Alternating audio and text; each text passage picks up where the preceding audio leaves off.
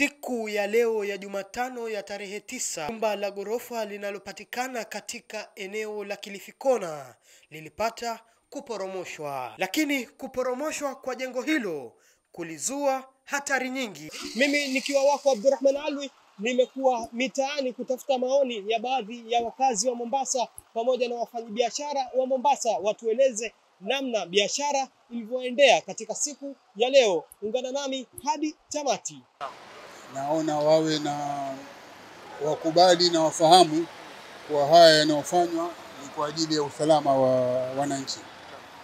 Pengine katika maoni yetu tuweza tukaona wanasumbua watu ama maeneo waliochagua ni makubwa zaidi, lakini tunataraji kuwa hawa ni professionals, wanajua kitu gani wanafanya na yote wanayofanya haya kwa ajili ya usalama wa watu. Mimi kwanza sikitiko langu ni kwamba mbona hawa waliokubalia mpaka ikajengwa magoroba mengine zaidi ya vile ambavyo ilikuwa inatakikana. Maana kuna ngoroba siwi 3 ziliongezeka zaidi ya vile walikuwa wanatarajia. Sasa kuna utepetebu wa muongozo mara pale. Biashara ni mbaya kwa sababu watu sasa hawafanyi kazi. Kusema ule kweli hawafanyi kazi. Hata sisi wenyewe ambao tunabeba kama dereva wa tuktuk, pia na sisi hatuna ile kubeba kwa sababu hakuna movement. Sisi tumetegemea kwamba wakati maofisi ziko wazi na sisi huwa ndio tunapata hiyo abiria, mara nipeleke pale nirudishe pale. Maisha ya watu ambao wanaishi karibu na huko waweza kutoka, kwa sababu inaadhiri pia maisha ya wenyeji wa karibu wanaishi huko. Hivyo basi hatua ya serikali ya county government kwa sawa imechukua muda mwingi sana.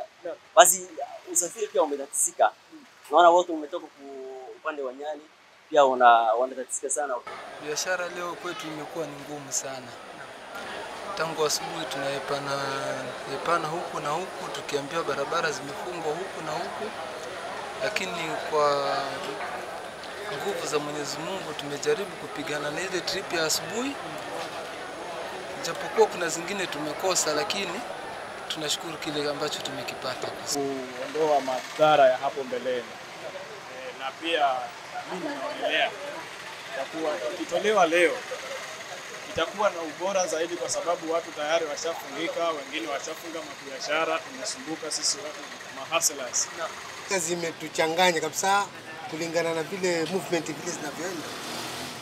Maana zile njia zetu tunazozishika sio zile za kawaida.